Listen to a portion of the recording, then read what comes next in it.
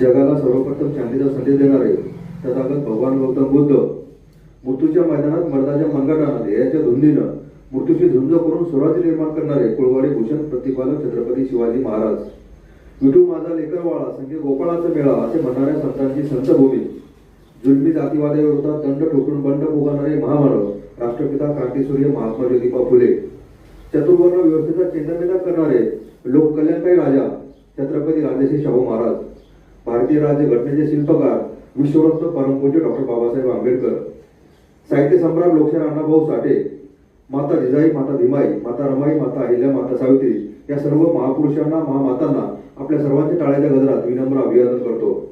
आज या ठिकाणी अण्णाभाऊ साठे यांचे 105वे जयंतीनिमित्त मंचावर उपस्थित सर्व मान्यवर, समोर जमलेले सर्व समाज बांधव, वडीलधारी मंडळी, माता भगिनी, आपल्या सर्वांना माझा सप्रेम जय भीम।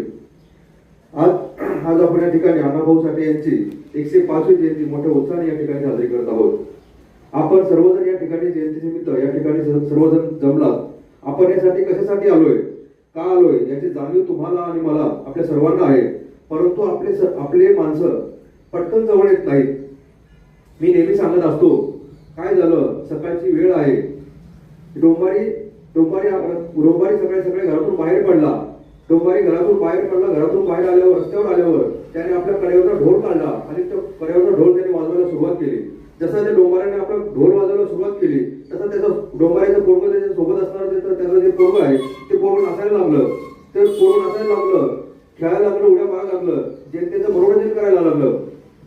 जसा तो डोंबारी ढोल वाजवत होता तसं त्याचा मुलगा, छोटा पोरगा तो जनतेचं, लोकांचं मनोरंजन करायचा आणि समोर असणारी एक जी उंच भिंत होती, जी 20 फुटाची उंच भिंत होती, तो अलगद ती भिंत चढू लागला आणि हे कृत्य जे चालू होतं, हे जी कृती चालू होती, हे एका रस्त्याने जाणाऱ्या चोराने बघितली।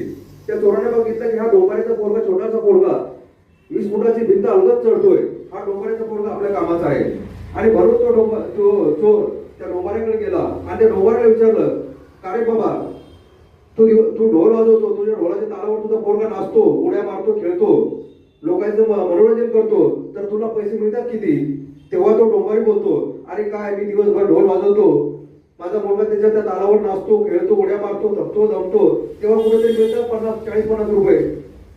आणि तेव्हा तो चोर त्या डोंबाऱ्याला बोलतो, मी तुला एका दिवसाचे 500 रुपये देतो, फक्त एका रात्रीसाठी तुझा पोरगा माझ्यासोबत पाठव।